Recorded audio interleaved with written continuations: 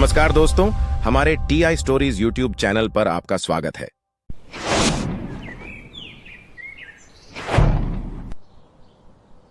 अकबर बीरबल की कहानी। चलने वाला गाजर। एक शांत भरी दोपहर दरबारी राज्य की समस्या पर चर्चा कर रहे थे और बीरबल वहां खर्राटे लिए सो रहे थे। उसी वक्त वहां श्रीलंका देश के एक राजदूत श्री अटपट्टू ने कदम रखा और बादशाह को हाथ जोड़कर नमस्कार किया और बोला, अकबर बादशाह की जय हो। बादशाह कहते हैं, ओ अटपट्टू, कहो आज यहाँ कैसे आना हुआ? वो मैं हमारे राजा श्रीलंकेश्वर का एक संदेश देने आया हूँ। कृपया आप इसे पढ़े। बादशाह ने जब उस संदेश को पढ़ा तो उनकी हंसी निकल पड़ी। ये देख सारे दरबारी भी दंग रह गए। तभी मंत्री बोल पड़ते हैं, क्षमा चाहता हूँ बादशाह, पर क्या हम जान सकते हैं कि उस खत में ऐसा क्या लिखा है जिसे पढ़ के आप यूं हंसी के तहाके लगाने लगे? कहीं कोई हाथी और चींटी के चुटकुले तो नहीं? चुटकुला नहीं, गाजर दिया है श्रीलंकेश्वर धने ने। गाजर? मैं कुछ समझा नहीं बादशाह अकबर। वो दरअसल श्रीलंकेश्वर धने हमारे बहुत अच्छे मित्र हैं।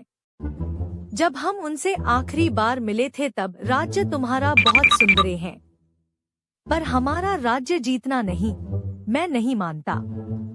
हमारा राज्य ज्यादा सुंदर है और यहाँ के लोग तुम्हारे लोगों के मुकाबले ज्यादा होशियार भी है।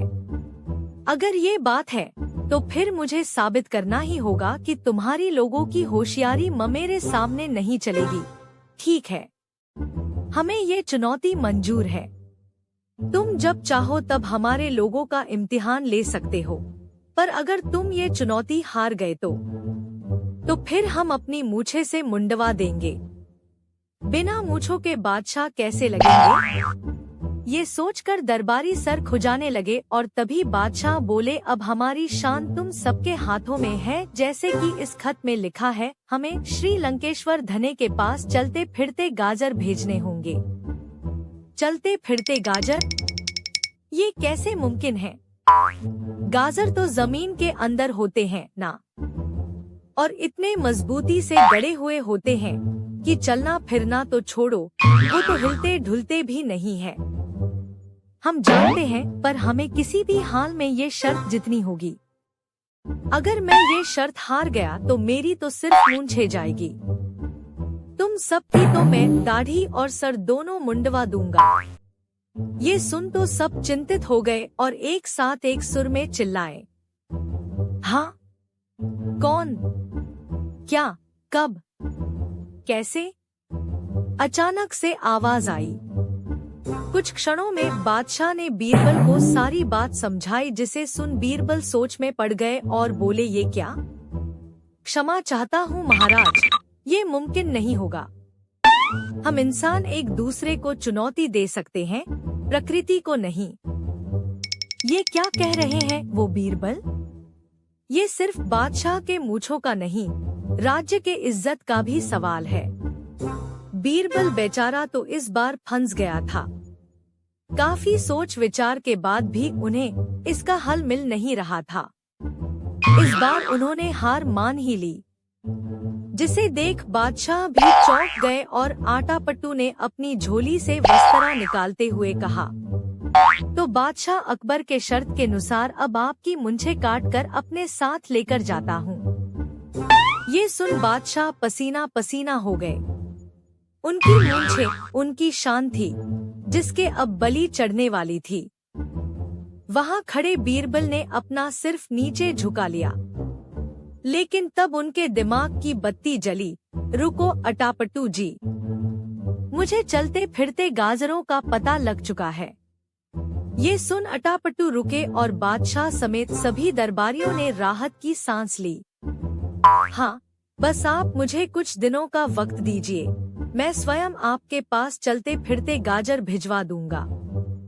ठीक है, कुछ दिनों में आप गाजर नहीं भेज सके तो बादशाह की मूंछें भेज देना। ये कहकर अटपट्टू वहां से निकल गए और बीरबल तुरंत वहां से दौड़ भागे। बड़ा अजीब व्यक्ति है।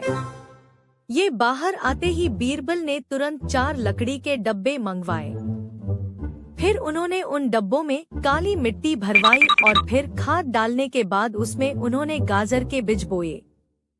कुछ दिन बीत गए और उसमें से अच्छी खासी गाजर की फसल उगने लगी।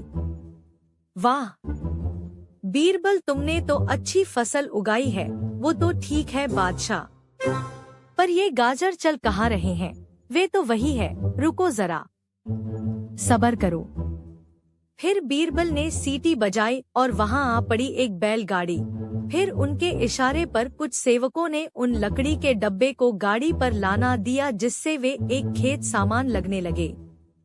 महाराज, अब ये गाजर लंका पधारने के लिए तैयार है। उन्हें भी तो पता चले हमारे राज्य के लोग अपनी बुद्धि से किसी भी चुनौती को पार कर सकते हैं। वाह बीरबल, तुमने हमारी मूंछें ही नहीं, नाक कटने से भी बचा लिया। तुम लाजवाब हो, बल्कि तुम पुरुष ही नहीं महापुरुष हो। बादशाह ने फिर गाजर रथ को लंका ले जाने का हुक्म दिया और कुछ दिन बाद जब खाली रथ लौटी तो उसमें एक और खत था। जब बादशाह ने उसे पढ़ा तो वो फिर हंसने लगे। अब क्या हुआ महाराज? श्रीलंकेश्वर धने का खत है। उन्होंने हमारे राज्य के लोगों की होशियारी को स्वीकार लिया है और लिखा है अगली बार गाजर के साथ मूली और ककड़ी भी भेजना। ये सुन सब हंस पड़े। सीखा, सही युक्ति लगाकर मुश्किल से मुश्किल पहेली भी सुलझाई जा सकती है। Thanks for watching. आपको ये वीडियो कैसी लगी कमेंट्स में जरूर बताएं दोस्तों। ऐसी ही और वीडियो देखने के लिए हमारे चैनल को लाइक, शेयर और सब्सक्राइब करें।